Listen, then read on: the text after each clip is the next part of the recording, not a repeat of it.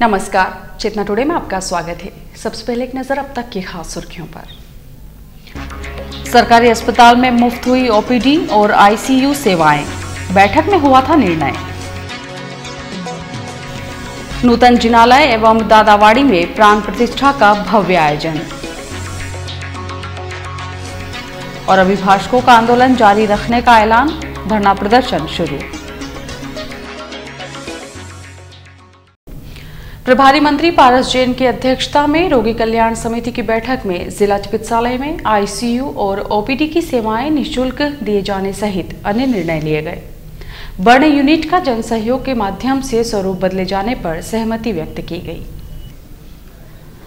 गुरुवार को कलेक्टोरेट सभागृह में बैठक में प्रभारी मंत्री पारस जैन ने कहा कि शासन की मंशा के अनुरूप जिला अस्पताल में रोगियों को सभी जरूरी सहूलियतें मुहैया कराई जानी चाहिए।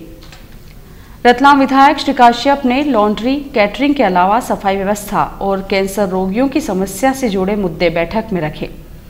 उन्होंने बेहतर सुपरविजन की आवश्यकता पर जोर दिया। सीएमएचओ ने 20 दिन में उपरोक्त समस्याएं हल करने की प्रतिबद्धता व्यक्त की। पूर्व मंत्री हिम्मत कोठारी ने कुछ लंबित रिनोवेशन कार्यों पर कार्रवाई की जरूरत बताई। बैठक में डॉक्टर्स वार्ड तैयार करने के लिए चिकित्सकों की ओर से राशि दिए जाने के मसले पर भी विचार विमर्श हुआ। बैठक में जिला चिकित्सालय के बंद आरओ, वाटर कूलर तथा बर्न यूनिट के रिनोवेशन को लेकर भी विचार विमर्श किया गया। अस्पताल में आवारा पशुओं के प्रवेश की रोकथाम पर भी चर्चा की गई। इस बारे में तय किया गया कि अस्पताल के 4 द्वारों में से 2 द्वार ही खुले रखे जाने चाहिए। बैठक के आरंभ में मुख्य चिकित्सा एवं स्वास्थ्य अधिकारी doctor Pushpendra Sharma, civil surgeon doctor Anand Chandelkar, doctor Deep Vyas ने समिति की गत बैठक में लिए गए निर्णयों के पालन में की गई कार्रवाई का ब्यौरा प्रस्तुत किया। बैठक में जिले के अन्य विधायक एवं समिति सदस्य मौजूद थे। बिबड़ोद रोड पर श्री पार्श्व कुशल जयानंद मनोहर धाम में नूतन जिनालय एवं दादावाड़ी में प्राण प्रतिष्ठा महोत्सव चल रहा है, जिसमें बड़ी संख्या में समाजजन शामिल हुए।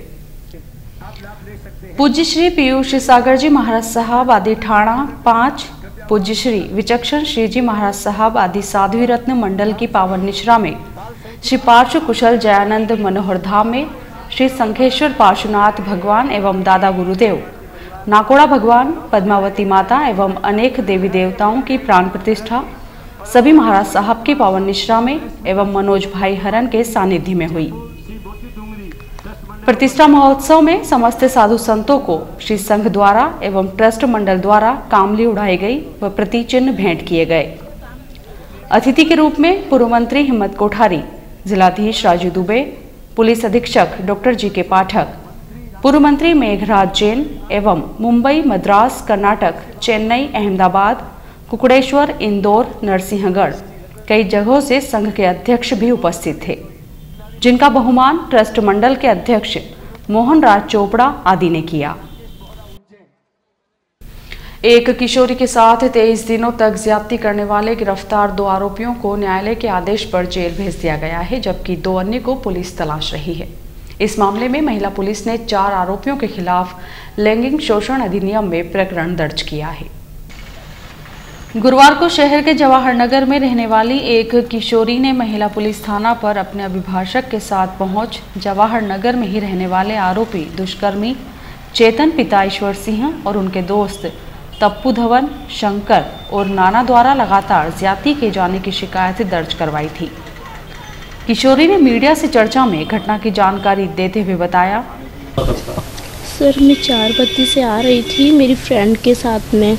चेतन में मुझे मिला, मेरी फ्रेंड के साथ में मुझे बोला, रूम पर बुलाया उसने मुझे। मैं नहीं गई, मेरी फ्रेंड को भेजा उसने कि दो आ जाओ ऊपर। तो मेरी फ्रेंड को उसने ना घर में बुलाकर उसने ना उसको भेज दिया और मेरे साथ में ना गंदी हरकतें की, कपड़े वपड़े खोले और मेरा वीडियो बनाया उसने।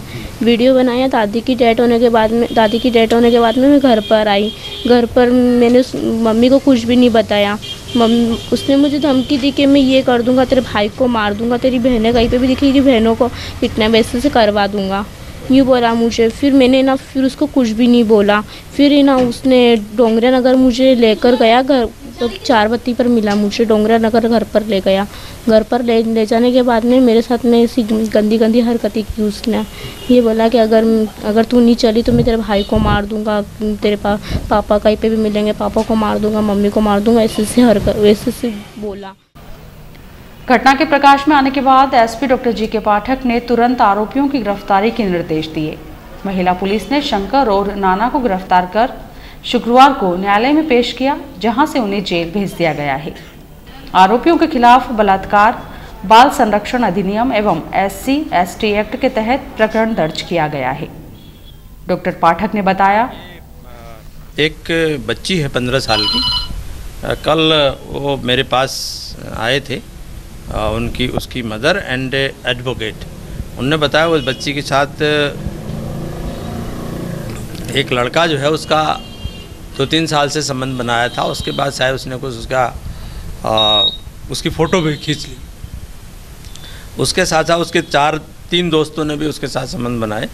तो इस पर से महिला थाना के DSP साहब को बुलाया, उसमें से प्रकरण पंजीबद्ध करके 2 आरोपियों को, शंकर और नाना को गिरफ्तार कर लिया है। चेतन और टप्पू की गिरफ्तारी शेष है और इसमें जो है लैंगिक शोषण और बालक बालिकाओं के लैंगिक शोषण का अपराध और SC/ST, क्योंकि महिला SC/ST की है, इसमें एक आरोपी भी SC/ST का है, लेकिन उनको ज़्यादा लोग 3 नहीं हैं, तो भी उसमें अपराध पंजीबद्ध किया गया। आवागमन में बाधक निर्माण हटाने की मुहिम शुक्रवार को कोट चौराहा क्षेत्र में संचालित हुई। इस दौरान यहां उद्यान के बाहर लगी कई गुमटियों को हटाते हुए अस्थायी एवं स्थायी निर्माण JCB मशीन की मदद से हटाए गए।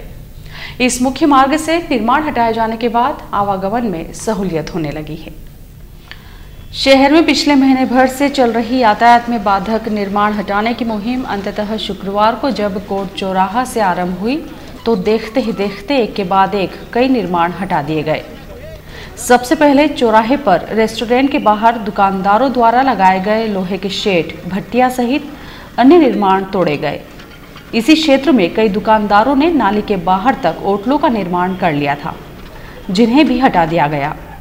दुकानों के बाहर बनाए गए पक्के निर्माण को घन हथौड़े और JCB ने तोड़ा।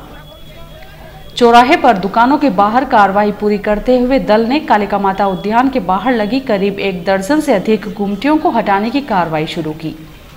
चाय, खान पान सहित अन्य सामग्री की इन गुमटियों को हटाने के लिए दुकानदारों को पहले ही सचेत कर दिया गया था, लेकिन बावजूद इसके जब उन्होंने यह स्थान खाली नहीं किया तो कार्रवाई की गई।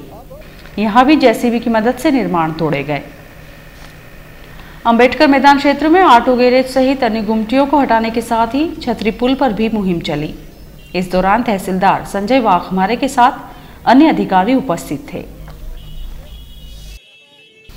SDM सुनील झा को हटाने की मांग पर अड़े अभिभाषकों ने आगे भी हड़ताल जारी रखने का फैसला किया है।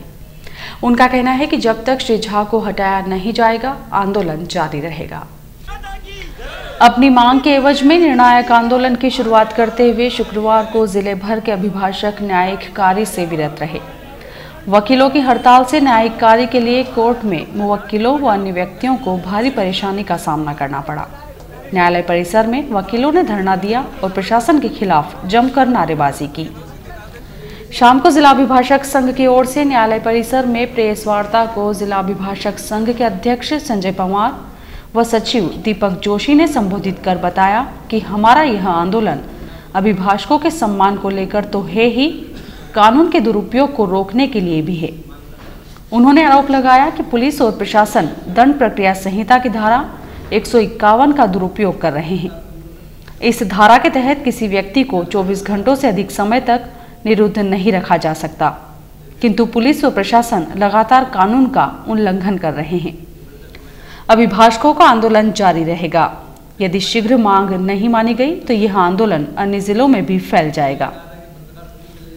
इसके पूर्व गत दिवस अभिभाषकों ने प्रभारी मंत्री पारस जैन से भी घटनाक्रम के बारे में चर्चा करना चाही थी, लेकिन उनके बैठक में व्यस्त होने के कारण अभिभाषकों ने नाराजगी जताते हुए प्रदर्शन शुरू कर दिया था।